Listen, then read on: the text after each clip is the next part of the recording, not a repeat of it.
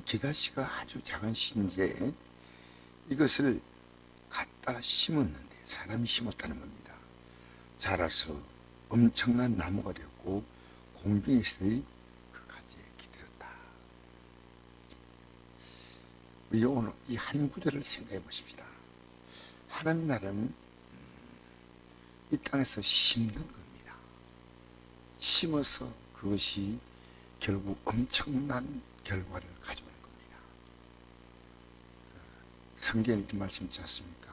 천년이 하루 같고 하루가 천년 같다는 이 한 가지 사실 잊지 말라. 주께서는 아무도 오래 참아서 아무도 멸망하지 않고 다 구원에 이르기를 원하신다는 말씀하셨는데, 이 천년이 하루 같다, 하루가 천년 같다, 저는 이 말씀을 이렇게 이해합니다. 이 땅에 살아가는 우리의 삶의 시간들이 앞으로 우리의 영원한 시간을 결정짓는 바로 하나님 나라를 위해서 심는 시간이다 생각합니다. 심는 시간이다. 그러니까 이 땅에 주어진 이 시간은 굉장히 중요한 시간입니다. 우리가 응급 환자에게 있어서 그 생명을 살릴 수 있는 골든타임이라는 말이 있지 않습니까? 심장이 멎은 환자, 호흡이 멎은 환자에게, 그래서 응급 조치를 해서 살리는 거 있지 않습니까? 그 골든타임을 놓치면 안 됩니다. 이 땅에 살아가는 우리는 영원한 하나님 나라를 위한 골든타임의 시간이라고 생각합니다. 근데 그 시간에 이 심는 것이 얼마나 엄청난 결과를 가져오느냐. 근데 이 심는다는 것은 쉬운 게 아닙니다. 예수님이 십자가에서 자기의 몸을 심었으므로 우리에게 영원한 생명과 구원의 길을 열지 않았습니까? 하나님이 땅에 떨어져 죽지 않으면 하늘 그대로 있고 죽으면 많은 열매를 맺는다는 이 요한복음 12장 24절 말씀처럼 주님은 심었습니다. 그리고 우리에게도 이것을 심기를 원하시는 것이 하나님 나라의 법칙입니다. 우리는 아무것도 하지 않으면 안 돼요. 심어야 됩니다. 시편 126편 5절에 보니까 눈물 흘리며 씨를 뿌린 자는 기쁨으로 거두리로다. 울며 씨를 뿌려 나간 자는 반드시 기쁨으로 그 곡식 땅을 가지고 돌아오리로다. 세상의 농사는 울며 씨를 뿌리는 농사는 없습니다.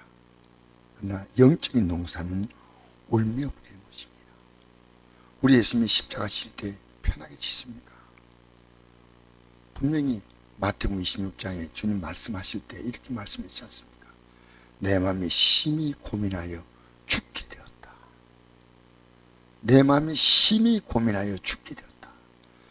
우리를 구원하기 위해서 심으시는 그것이 얼마나 고통스러운 시간인가. 농사부 짓는 농부는 울며 씨를 안 뿌립니다. 좀 힘들긴 힘들지만은, 근데 수확을 바라보고 그냥 울면서 씨를 뿌리는 농부는 없습니다. 그래서 이건 영혼의, 우리 영의 문제입니다. 씨를 뿌립니다. 십자가에서 울며 주님은 씨를 뿌렸고, 그리고 우리에게 의와 부활의 영광으로 우리를 입혀주시는 것입니다. 사도 바울은 이 땅에서 자기의 몸을 쳐서 복종시킴으로 말미암아 위에서 부르신 부름의 상을 위해서 달려간다고 그랬습니다. 사도 바울은 그가 이 복음을 위해서 자기 자신을 심었습니다. 고린도서 11장 23절을 보니까 그들이 그리스도의 일꾼이냐 정심는 말을 하거니와 나는 더욱 구라도다. 내가 수고를 넘치도록 하고 옥에 갇히기도 더 많이 하고 매도 수없이 맞고 여러 번 죽을 뻔하였으니 유대인들에게 40에 하나 감한 매를 5번 맞았으며 3번 태장을 맞고 1번 돌로 맞고 3번 파선하고 일주야를 깊은 바다에 지냈으며 여러 번 여행하면서 강의 위험과 강도의 위험과 동족의 위험과 이방인의 위험과 신의 위험과 광야의 위험과 바다의 위험과 거지정제 중에 위험을 당하고 또 수고하며 애쓰고 여러 번 자지 못하고 줄이며 목마르고 여러 번 굶고 춥고 헐벗는다. 이외의 일은 고사하고 아직도 날마다 내 속에 눌린 일이 있으니 곧 모든 별 위하여 염려하는 것이라. 여러분, 우리가 가고 있는 이 길이 울며 씨를 뿌리는 길입니다. 왜 이걸 모르시나요? 여러분, 기독교는 회개만 하면 다 된다고요? 아니요. 회개하고 이제 내가 지난날 지었던 모든 죄는 예수의 십자가의 피로 식선 받은 사람은 이제부터 그때부터 십자가 길을 가는 겁니다. 제가 최근에 구원파에 속한 사람, 기쁜 소식 성배라고 하는 거 있지 않습니까?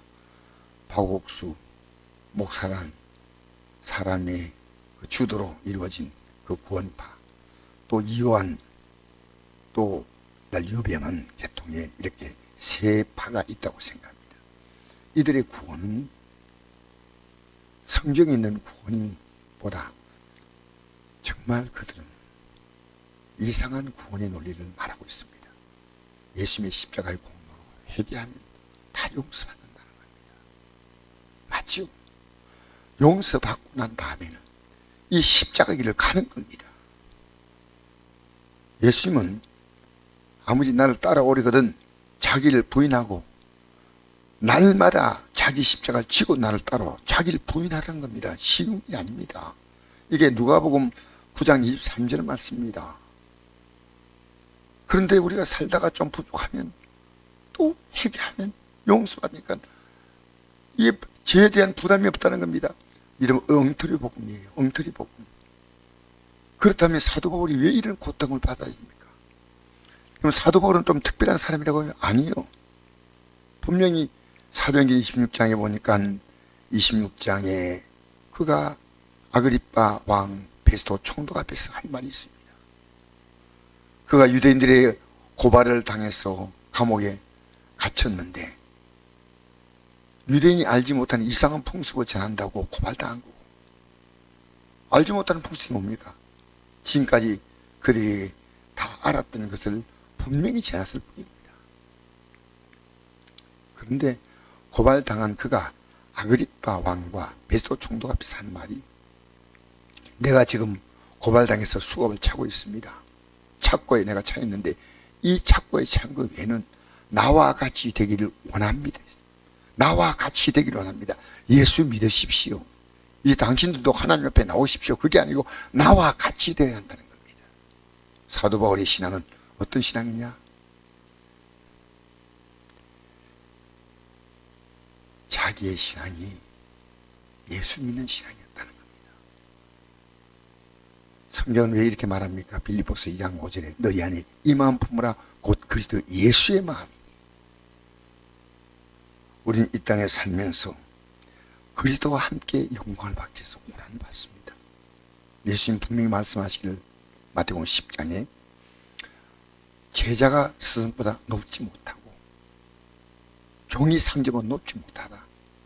만약 제자가 스승 같고 종이 상전 같으면 최고다.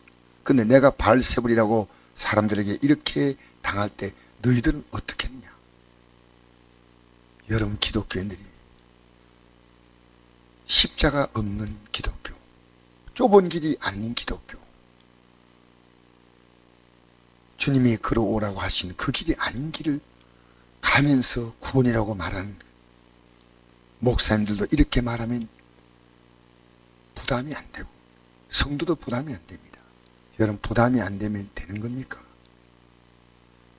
우리는 그날에 주님 모른다면 끝나는 거 아니겠습니까? 내가 너를 도무지 알지 못한다. 여러분, 십자가 길은 용서를 위한 길이 아닙니다. 용서받고 이 용서받은 삶의 길을 걸어오라는 겁니다. 걸어오라는 겁니다. 날마다 자기를 부인하고 자기 십자가를 지고, 십자가라는 건 고통스러운 겁니다. 이 믿음의 길을 가는 겁니다. 복음 전하려니 고통스럽고, 예배당에 모이려니 고통스럽고, 기도하려니 고통스럽고, 말씀에 순종하려니 고통스럽고, 나 이 복음을 듣기 싫어하는 사람에게 복음을 전하려니 고통스럽고. 왜 우리가 내가 원하는 방식으로 새로운 기독교를 만들고 성경에 없는 기독교를 만듭니까? 아니올시다. 우리는 이 복음이 말하는 길, 하늘의 시, 겨자씨가 심겨지면은 이것은 하늘의 밀이 땅에 떨어져 죽지 않으면 그대로 있고 죽으면 말을 맨다는 말과 똑같은 맥락입니다. 사도 바울은 고린도서 15장 32절에 내가 잘한 것이다. 나는 날마다 죽는다. 이 죽음의 길. 그러나 곧 다가올 영광의 길을 간다는 사실을 잊지 마시기 바랍니다.